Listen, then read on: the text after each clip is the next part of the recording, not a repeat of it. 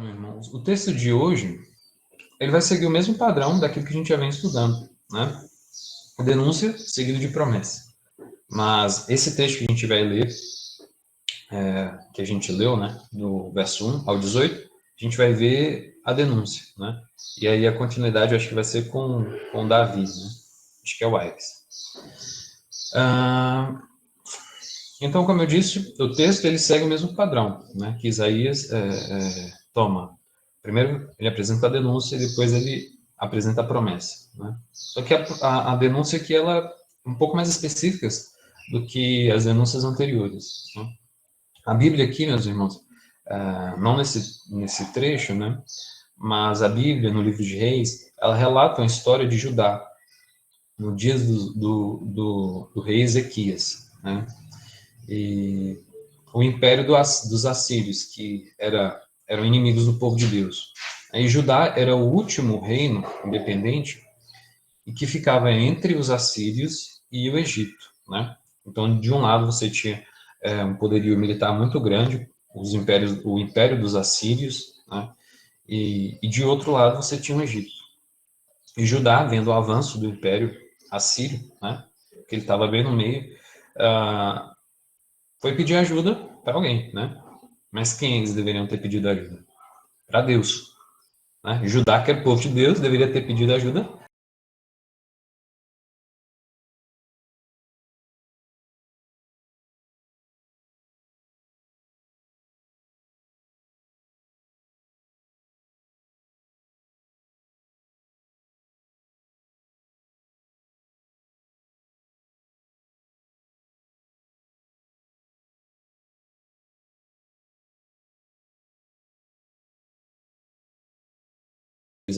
Em guerras, né? O inimigo do meu inimigo é o meu amigo, né? Essa estratégia ela foi bastante utilizada já em guerras, né? Mas o povo de Deus não precisava disso. Por quê? Porque eles tinham a seu favor o próprio Deus, né? Então, não precisavam se aliar com ninguém, a não ser que Deus mandasse, né? E Deus mandasse eles pedirem ajuda, né? Mas eles tinham o próprio Deus ao seu favor e não precisavam pedir ajuda, né? Só que eles desprezaram, né? E acabaram indo pedir socorro ao Egito, né? Vamos lá, verso 1. Aqui o profeta vai apresentar mais um ai, né? Ai dos filhos rebeldes, diz o Senhor, que executam planos que não procedem de mim e fazem alianças sem a minha aprovação, para acrescentarem pecado sobre pecado. O profeta Isaías fala, olha, vocês fazem planos sem me consultarem. Lembra do que a gente viu na aula passada, né? O pessoal se escondendo, fazendo reuniões, né? E para traçarem planos sem a aprovação do Senhor, né? E sem que ele fosse consultado, né? Então, o profeta fala, ó, vocês fazem planos sem me consultarem, né? E vocês fazem alianças sem qualquer autorização. Por isso, é pecado atrás de pecado. Vocês estão pecando, cometendo pecado atrás de pecado, né? A palavra de Deus em relação a alianças com o Egito, né, era muito clara, né? Essas alianças elas foram proibidas, né? No Êxodo, né, 13, 17, Deuteronômio 17, 16, a gente vai ver que Deus expressamente proibiu qualquer tipo de aliança com o Egito, né? Vamos lá, verso 2. Que descem ao Egito sem me consultar, buscando refúgio em Faraó e abrigo à sombra do Egito, né? Então aqui o verso, os comentaristas acreditam que aqui está indicando que os mensageiros já tinham sido enviados, né? Então os mensageiros já estavam descendo lá para o Egito pedir abrigo, né? É como Deus tudo vê, né? E pelos olhos aqui do profeta, né? O profeta vai denunciar isso, né? Como se os mensageiros já estivessem a caminho mesmo, lá do Egito. E ele fala, olha, vocês buscam refúgio, vocês buscam abrigo em Faraó, né? Vocês buscam refúgio à sombra do Egito. O povo que se chama povo de Deus, né? Deveria buscar refúgio em Deus, mas o povo de Deus está buscando refúgio no Egito, né? E essa incoerência, né? Essa falta de confiança, o profeta está denunciando. Então, por isso, ai de vocês, que é povo de Deus, está buscando refúgio no Egito. Ai de vocês. Verso 3. Mas o refúgio de Faraó se vos abrigo na sombra do Egito em confusão. Então, o povo de Deus, né, que deveria buscar refúgio em Deus, está buscando refúgio em Faraó. Por isso, ai de vocês. Sabe por quê? Porque o Egito, ele não vai te oferecer proteção. É isso que o verso 3 está falando. O Egito, né, não vai te oferecer proteção. A busca da proteção e do refúgio que Judá está buscando aí, lá no Egito, né, nessa aliança que está para ser feita com o Egito, não vai adiantar de nada, né? Se a sua vez como um poder, né? O Egito ele já havia sido muito poderoso, né? Mas a sua vez como poder mundial já havia passado, né? O então, Faraó, que era Shabaco à época, ele vai seguir o mesmo padrão. Era núbio, não era nem egípcio, né? Assim, então, assim, o Egito ele não era tão mais forte, né? Eles estavam buscando refúgio, estavam buscando abrigo lá no Egito, mas o Egito não poderia trazer esse auxílio, né? Trazer essa ajuda que Judá estava procurando. Aí o verso 4, porque os príncipes de Judá já estão em Zoan, e os seus embaixadores já chegaram em Rames.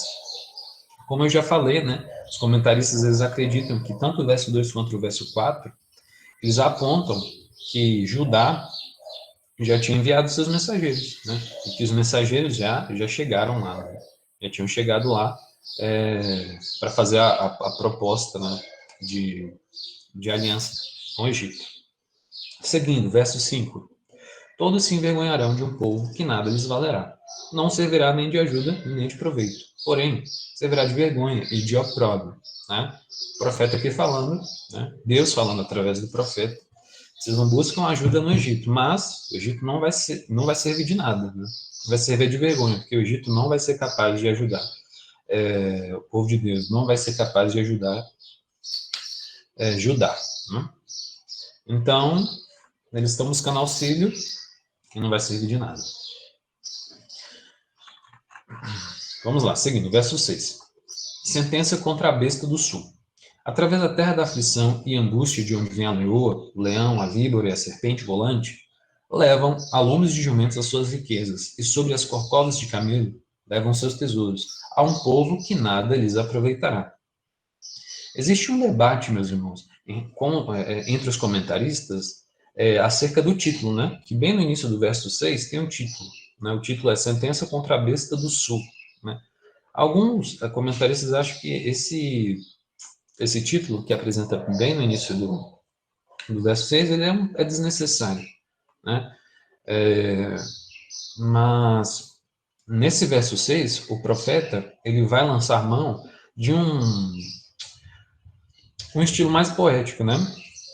Tem textos que a gente lê e consegue acompanhar, e tem textos que o profeta Isaías utiliza desse estilo literário, né? Estilo mais poético. A ideia que passa aqui nesse verso 6 é que talvez na época do rei Ezequias mesmo, que era o rei de Judá, tinha montado uma caravana carregada com tesouros, né?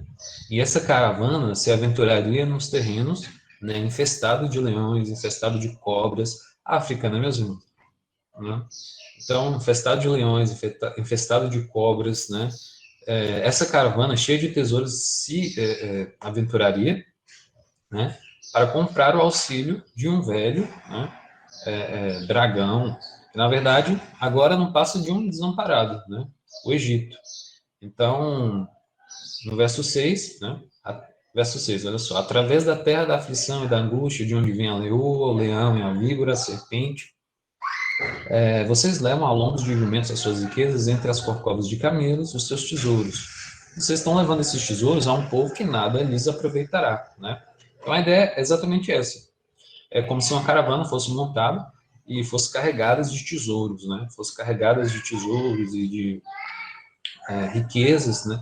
Para comprar e para selar a aliança com o Egito, né? Só que o profeta fala, não vai aproveitar de nada.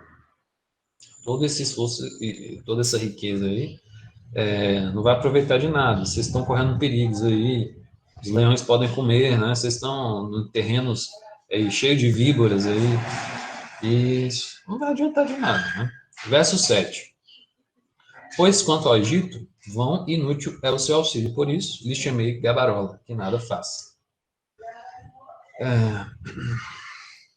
Assim, repetindo, né, sendo bem repetitivo o que o verso 6 disse, não vai aproveitar de nada. Esse auxílio que vocês buscam no Egito não lhes aproveitará. Por isso eu chamei gabarola. Gabarola no sentido de uma pessoa que se gaba, né? Algumas traduções pode estar transcrito para Raab, né? Traduzido para Raab, né? Mas o termo aqui gabarola é uma pessoa que se gaba, né? E aí a gente vai ver como eu disse, em outras traduções está escrito Raab, né? E Deus já havia chamado o Egito de Raab, né? De gabarola, né? Então, fala que, olha, o Egito se gaba, né, do seu poderio, mas nada faz, porque hoje está caído, né? Não é mais como foi. Não é tão forte como já foi, né? Seguindo, vamos lá. Verso 8. Vai, pois, escreve isso numa tabuinha perante eles. Escreve no livro para que fique registrado para os dias vindouros, para sempre, perpetuamente, né? Ah, daí, o profeta registrou, né, a ordem que Deus lhe havia falado. Ele não está se referindo ao povo agora, mas ele está se referindo a Isaías. Né? Então Deus fala para Isaías: olha só, Isaías, entra na sua casa e registra a profecia. Registra essa profecia numa tabuinha, né? E registra essa profecia no livro, né? Nos rolos. Então, haveria dois registros, né? O registro dessa profecia no livro, que através dessa profecia que a gente tem condições de estudar hoje, né? Porque já foi registrado e foram feitas várias cópias e chegou até nós hoje, né? Então, por conta desse registro que Deus tinha ordenado a Isaías, é que nós conseguimos estudar hoje. E o outro registro, né? Que Deus ordena para que ele registrasse uma tabuinha, serviria de testemunho para o povo, né? Não o povo da época, porque eles não queriam ouvir a palavra de Deus, né? Não queriam escutar a voz do Senhor. Mas provavelmente para a próxima geração, serviria de testemunho para a próxima geração, né? Que veria o que o povo de Deus fez, né? E veria o acontecimento do que Deus havia prometido, do que a profecia havia falado, né? Então, Deus ordena a Isaías: olha só, vai, escreve isso numa tabuinha perante eles, né? E escreve isso no livro. Então, a ordem para Isaías escrever, fazer o registro, dois registros, né? Um na tabuinha e o outro no livro, né? Seguindo. Verso 9. Porque povo rebelde é este, filhos mentirosos, filhos que não querem ouvir a lei do Senhor. Em outras traduções, esse filhos mentirosos vai estar escrito filhos falsos, né? Então, Deus fala através do profeta Isaías: olha, porque este povo é um povo rebelde, esses são falsos, são mentirosos, né? Não no sentido de ser falso, esse sentido pejorativo que a gente conhece, né? Ah, fulano de tal é falciane, né? Não é nesse sentido. O sentido aqui de ser filhos falsos, filhos mentirosos, no sentido de que um filho verdadeiro, ele obedece. Um filho de verdade, ele é respeitoso e obediente, né? Então, já que vocês não são respeitosos e não são obedientes, vocês são filhos mentirosos. Vocês não são filhos de verdade, vocês são filhos falsos. É nesse sentido. Né? Verso 10. Eles dizem aos videntes: olha, não tem as visões aos profetas. Não tem as visões. E dizem aos profetas: olha, não profetizeis para nós o que é reto. Dizei para nós coisas aprazíveis. Profetizai-nos ilusões. Aqui, meus irmãos, tem uma imagem bem contemporânea, né? Ninguém deseja receber mensagens de condenação, né? Nós queremos ouvir mensagens de bênção. Eis que te digo, né? As profetadas, né? Eis que te digo que tem uma obra maravilhosa na sua vida, né? a bênção que tu tanto esperavas está chegando. Ou, eis que te digo, os teus sonhos não morreram. Ou, eis que te digo, eu tenho reservado para ti um varão. Né?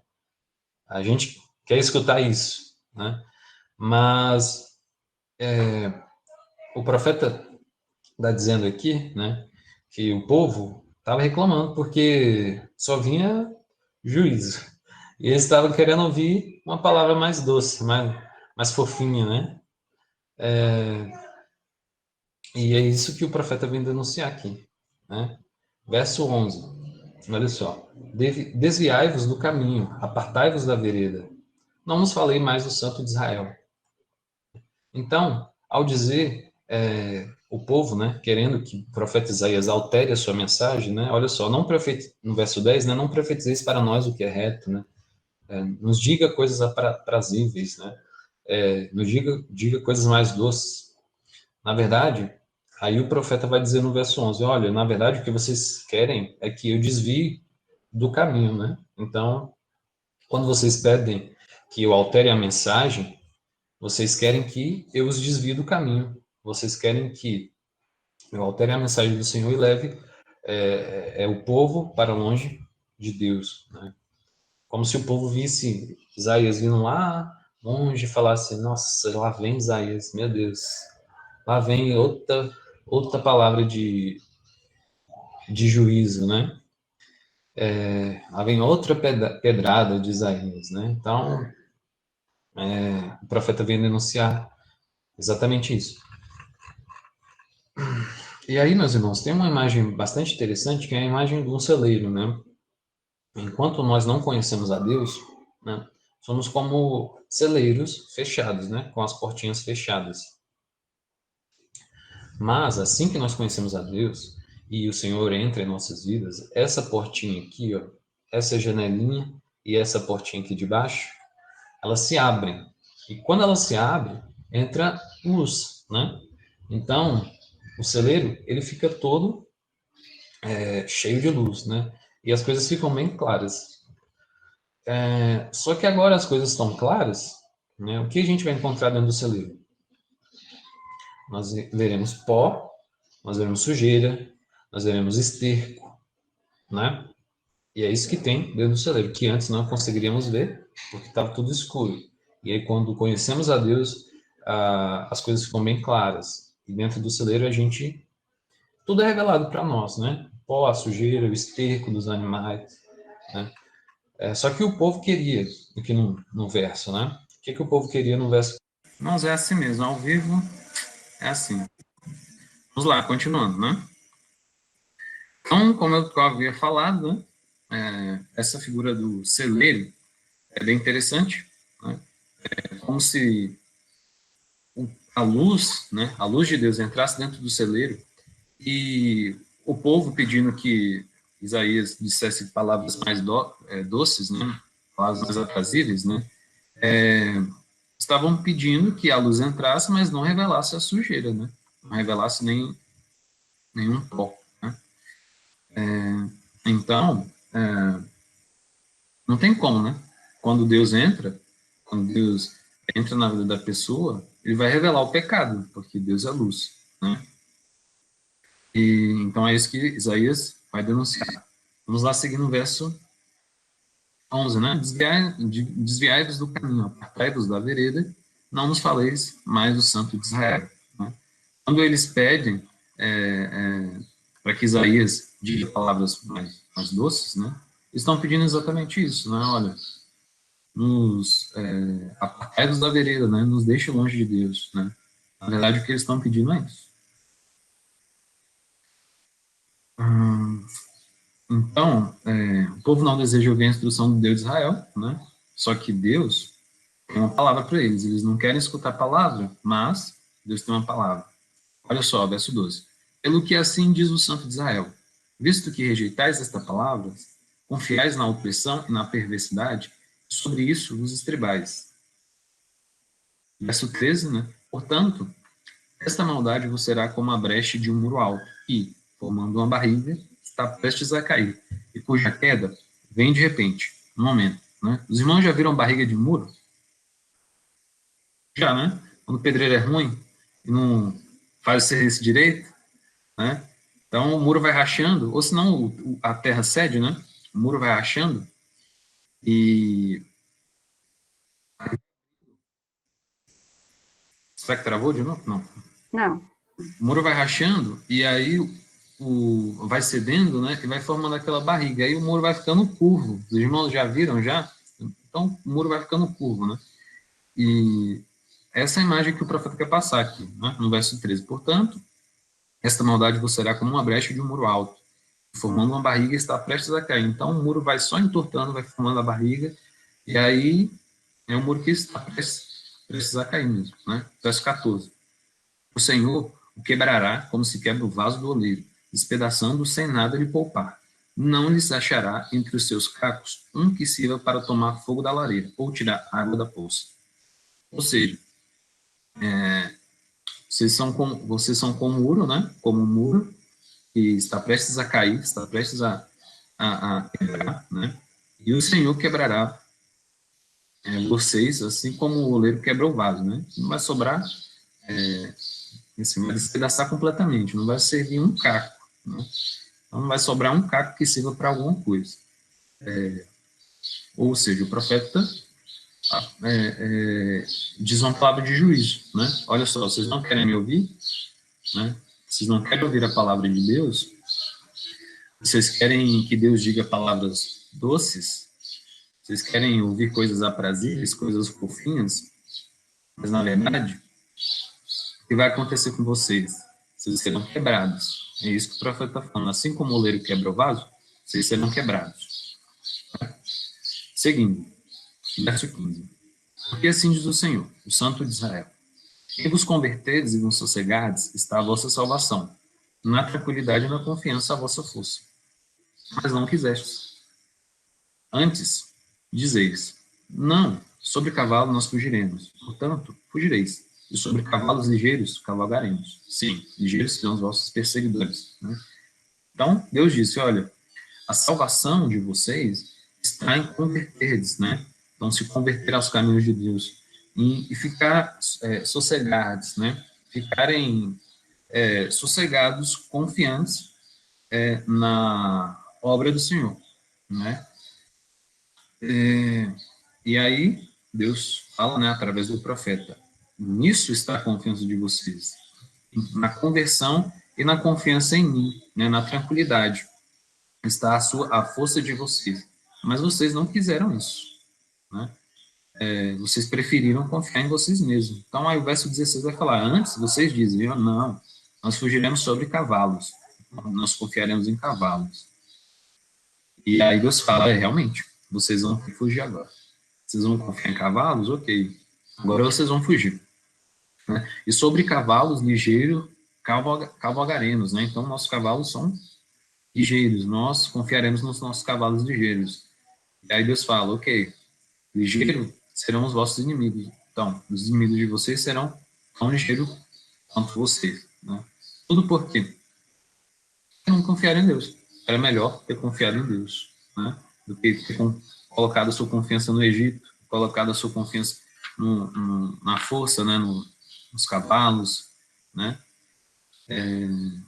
E aí serve de lição para a gente, né? Da gente depositar também a nossa confiança em Deus. Foi o que eu havia falado na aula passada, que nesse contexto de pandemia que a gente vive, muitos irmãos têm depositado confiança na palavra de médicos, na palavra de infectologistas, né? As vacinas. A gente sabe que a salvação vem do Senhor, né? Claro que Deus usa esses profissionais para nos dar conforto, né? E para nos medicar, né? Dizer o que a gente tem que fazer, para que a gente possa se proteger. Mas a nossa confiança tem que estar em Deus, né?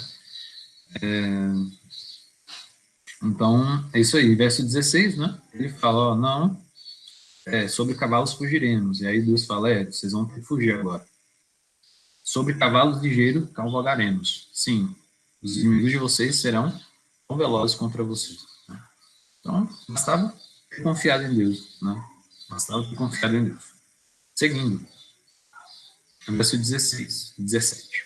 1000 homens fugirão pela ameaça de apenas um. Pela ameaça de 5, todos vós fugireis. até que sejais deixados como mastro no cimo do monte, e como estandarte no outeiro. Né? Se tivesse a esperança sido depositada em Deus, não teria motivo para temer. Né? Mas, porque o povo de Deus não quis ouvi-lo e quis depositar confiança numa aliança com o Egito, né? O juízo virá. Né? E assim como um mastro que fica sozinho lá no cume do monte, o povo se verá sozinho. Né? Então, Deus vai enviar o juízo, o povo vai se ver sozinho. Eles estavam confiando no Egito, mas o Egito não vai servir para nada. Né? Eles se verão sozinhos. E os assírios virão para cima deles. Né? E a gente vai ver isso na próxima lição que o nosso irmão Davi vai dar. E é isso aí, irmãos. Os irmãos têm alguma contribuição à aula de hoje? Só isso, bem rápida, né?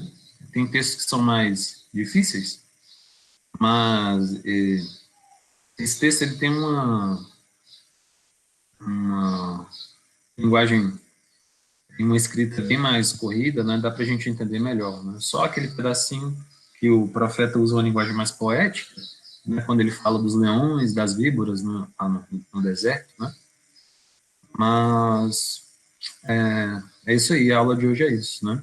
O que a gente viu então foi que Judá, que é o povo de Deus, fez uma aliança com o Egito, quando na verdade deveria ter confiado em Deus, né?